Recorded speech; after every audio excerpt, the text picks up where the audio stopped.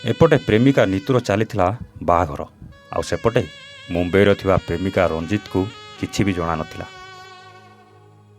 चलीथिला बाहाघर प्रोसेसन आउ सेई प्रोसेसन रे नीतू पई बर होई आसीथिबा युवक को देखि रंजित को जणे युवक कॉल करी कहिथिला कि भाई आज तुम प्रेमिकार बाहाघर आउ कहा सहित होछि, तमर कोन ब्रेकअप हो जाइछि कि? एकथा शुणी रंजित आश्चर्य हो जाइथिला। 2 दिन पूर्वरु नीतू सहित भलरे कथा होइतिबा प्रेमिकार बाहाघर कथा शुणी निज पाद तळु माटी खसी जाइथिला। कौन थिला प्रकृत रहस्य आसंतु जानिबा ए पूरा कहानी रे। हेलो हाय नमस्कार, स्टोरी विथ प्रताप रो आउ एक नुआ कहानी को आपन को स्वागत। सबु कहानी परी ए कहानी भी बहुत इंटरेस्टिंग लव स्टोरी, शेष पर्यंत पूरा देखंतु। दर्शक बंधु, ए प्रेम कहानी आरंभ होइतिला गोटे मेलण यात्रा। मेलण देखा जाई नीतू और रंजित मध्य प्रथमे देखा होइतिला आउ सेई देखा ही उभयंक प्रेमर प्रथम पाहाच थिला। घर को आसी इंस्टा रे सर्च करी प्रथमे रिक्वेस्ट पठेई बंधुता आरंभ आउ परे बंधुतारू सीधा प्रेम। ए प्रेम कहानी आरंभ होइतिला 5 वर्ष पूर्व। तापरे फोन रे कथबार्ता, व्हाट्सएप रे चैटिंग सहित वीडियो कॉल, सबु प्रेम पक्षी परी उभय मध्य प्रेमर आकाश रे उड़ीबा को लागिथिले। अनेक जगह बुलीथिले आउ सेई स्मृति को साउंटिबा को मोबाइल कैमेरा रे फोटो मध्य उठाउथिले। रंजीत कहिबा कथा कि ए कथा उभय परिवार लोके मध्य जानिथिले, सेथिपाई रंजित नीतू को निजर बोली भाबी ता पछरे अनेक टंका मध्य उड़ेइथिला। हेले 5 वर्षर प्रेम संपर्क भितरे एमिति कौन हैला? हठात नीतुर फोन लागिलानी।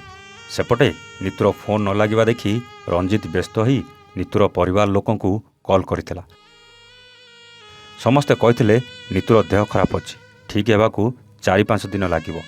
केही ठीक भाबरे संतुष्ट उत्तर रंजित को देउनथिले, जहा पई रंजित मुंबईरू ओडिशा आसिबाकू बाहारथुला। हेले एतिकी बेले नीतुर परिवार पक्षरु फोन करी कहगला कि नाई तमे आसनी, से आउ 2 दिन परे ठीक हेजिबो, तुमको कॉल करिवो।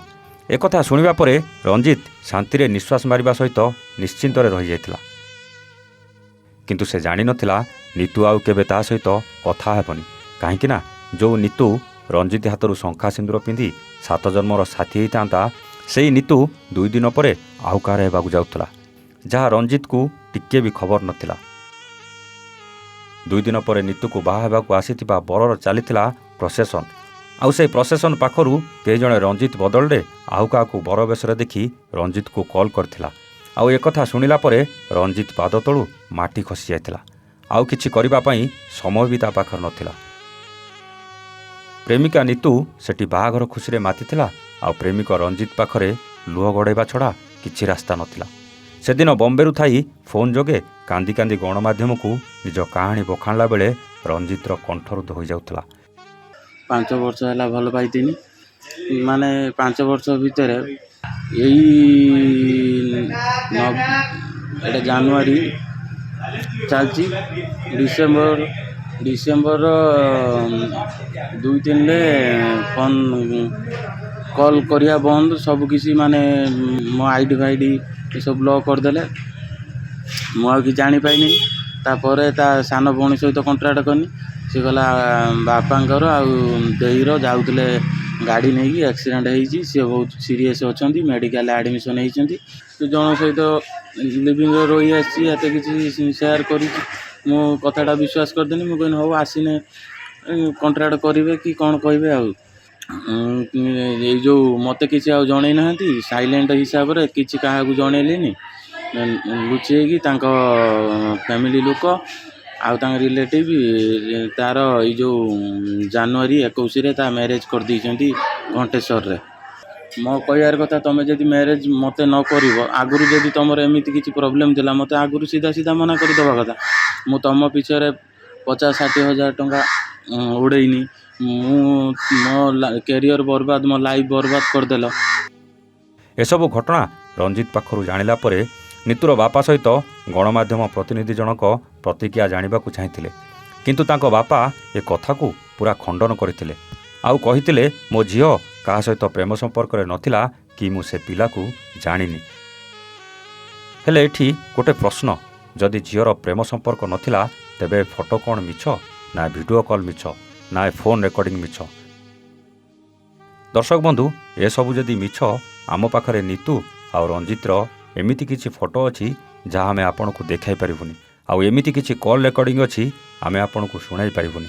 କିନ୍ତୁ ତଥାପି ପ୍ରେମିକା ନିତୁର ବାପା କହୁଛନ୍ତି ମୋ ଝିଅ ସେମିତି ନଥିଲା।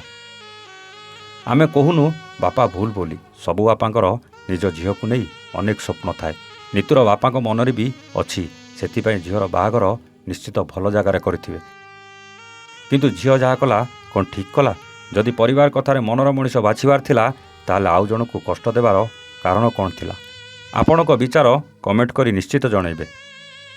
ଆଜି ପାଇଁ ରହୁଛୁ, ଆମେ ପୁଣି ଆସିବୁ ଆଉ ଏକ ନୂଆ କାହାଣୀ ସହିତ ଷ୍ଟୋରି ୱିଥ୍ ପ୍ରତାପରେ। ସେତେବେଳେ ଯାଏ ନମସ୍ତେ, ଜୟ ଜଗନ୍ନାଥ।